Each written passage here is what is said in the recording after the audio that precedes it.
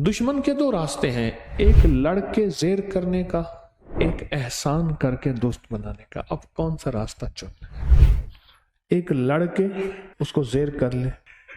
ऐसे भी हैं जिनका किसी चीज़ से ताल्लुक़ नहीं। मैं अपने हजरत के साथ जा रहा था, एक कब्रिस्तान से हम गुजरे तो हजरत ने फरमाया मेरी उंगली में देखो। ऐसे उंगलियां ना जैसे विक्ट्री का निशान बनाते हैं, ऐसे करके ऐसे देखो। तो मैंने ऐसे देखा तो जिन्नात ही जिन्नात हैं कब्रिस्तान में। दो जिन बच्चे थे, वो कहते ना इंसान का बच्चा, बकरी का बच्चा, बंदर का बच्चा चुप करके बैठा है तो समझ ले क्या है, बीमार है। एक दफा कश्मीर के सफर में थे, हमारे साथ एक बच्चा था, बुखार की वजह से बंदर बना हुआ था, वो चुप करके बैठा हुआ था। बुखार हो गया उसको, चुप करके बैठा हुआ था, शरारती था बहुत ज्यादा, उधर छेड़ उसको छेड़ उसको छेड़। तो उन्होंने कहा इन बाबे को छेड़े, आओ छेड़े।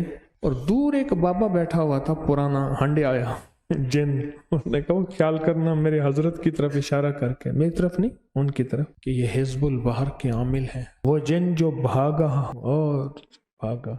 दोनों बच्चे, मेरी गुजारिश ये है एहसान करें, हिफाजत वाले अमाल भी नहीं छोड़ने। हुक्म है, हुक्म मानने में खैर है। एक ये अमल भी है कि उन पे एहसान करें, को हदिया भेजें रोज। यहीं से आज के बाद अपने घर के जिन्नात को हदिया भेजना शुरू कर दें। और जो मेरे अंदर का जिन है, फरमाया अल्लाह ने अपने हबीब कमली वाले के जिन को मुसलमान कर दिया। हदीस में आता है, मफहूम है। मेरे अंदर का जिन है उसको हदिया भेजना शुरू कर दें, यही हदिया उसको भी साथ भेज दें। क्यों कहते हैं अपनी आंखों को हदिया दो अमाल को, अपने कानों को अपने अमाल का हदिया दो, अपने दिल को अमाल का हदिया दो। फिर देखो कि ये दिल, ये आंखें और कान ये अल्लाह की जात की तरफ कैसे मुतवज्जे। देखो तो सही, इनको हदिया दो। हमने हदिया का अमल छोड़ दिया। माल के हदिये की समझ तो आई, अमाल के हदिये की समझ ना आई। जब अमाल के हदिये की समझ ना आई तो वो हैरत अंगेज तौर पे नई चीज लगती है और अनोखी चीज लगती है। नई चीज भी लगती है और अनोखी चीज लगती है। ये क्या है? लेकिन जब आजमाते हैं, नफा ही नफा, खैर ही खैर, बरकत ही बरकत, आफियत ही आफियत। हदिया दें, जिन्नात को हदिया दें। उस हदिये से आपकी जिंदगी में खैर आएगी। एक दरवेश थे, मैं उनके पास खड़ा था, बिल्लियां ना ऐसे म्याऊं म्याऊं कर रही थी। मुझसे फरमाने लगे ये 13 जिन हैं जो दिन रात मेरे साथ और मेरी हिफाजत करते हैं, ये मेरे शागिर्द हैं। बड़े अल्लाह वाले बाबुल उलूम के एक दरवेश थे, अब्दुल मजीद साहब, मौलाना अब्दुल मजीद साहब रहमतुल्लाह अलैह। उन्होंने ये बात मुझे, ये मेरे हिफाजत करते। फिर जिन दोस्त बन जाते हैं, फिर जिन मुहाफिज बन जाते हैं, फिर जिन मुआविन बन जाते हैं, मुआवनत करते हैं। और इसके वाकयात किताबों में भरे हुए हैं। ताउन की वबा फैली हुई और बहुत सख्त वबा, और वबा भी ऐसी थी कि जिसने जो है सारे इलाके के इलाके खत्म किए। कब्र खोदने वाले भी, गुस्ल देने वाले भी, कफन सीने वाले भी, अब सब लपेट में आ। और वो बस्तियों की बस्तियों में ऐसे फैलती जा। एक बस्ती में अभी ताउन नहीं आया था, उससे पिछली बस्ती में था, खतरा था कि यहाँ भी आए। तो वहाँ के एक साहब ने बहुत बड़ी खैरात की, लंगर लोगों के लिए।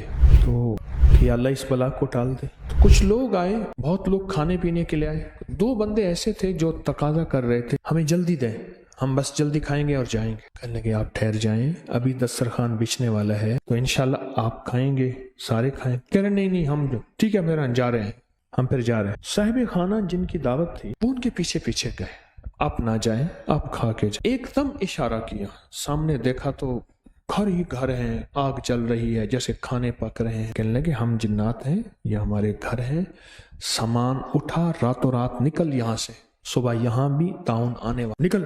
बस वो भागा और सामान उठाया, निकला, और सुबह ताउन आया और मैयतें ही मैयतें। और ताउन की मैयतें तो फिर ऐसी तारीख में आती हैं कि फिर एक मरा तो सबका इंतजार, फिर कमरे में डाल के कमरे को लेप दिया, बस वही कब्र बन। इनको हदिया जब देंगे, मेरे पास बड़े वाकयात हैं हदिया के, ये मेरे पास बहुत वाकयात हैं कि मेरी जिंदगी का शोबा यही है। दिन रात इसी को सोचता हूँ, इसी को पढ़ता हूँ, इसी को बोलता हूँ, इसी को लिखता हूँ, यही जिंदगी का शोबा है मेरा। हालात हाजरा मेरा शोबा नहीं, हालात हाजरा में सारा जहान चल रहा।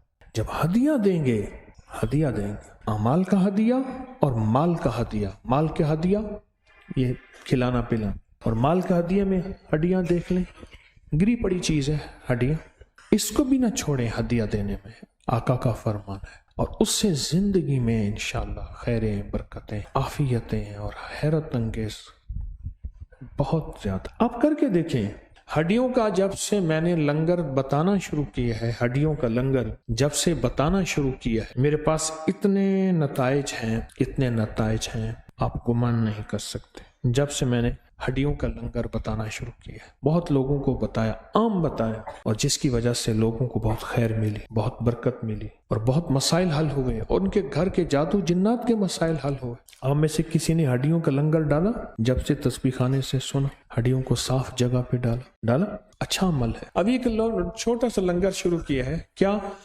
ہڈیاں جو پھینکتے تھے وہی پھینکی ہیں، لیکن احتیاط سے اٹھا کے ایک طرف رکھتے۔ آپ خود سوچ لیں کہ اگر اس لنگر کو عزت دیں گے، اس لنگر کو وقار دیں گے، اور اس لنگر کو شان و شوکت دیں گے، تو پھر سوچیں کہ لنگر کی کیا برکتیں شروع ہوں گی۔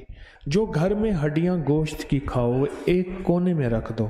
میرے آقا کا فرمان ہے کہ اللہ پاک جنات کے لیے حدیث میں آتا ہے، ان پہ غذا لگاتے ہیں اور ان پہ اللہ جنات کو غذا دیتے ہیں۔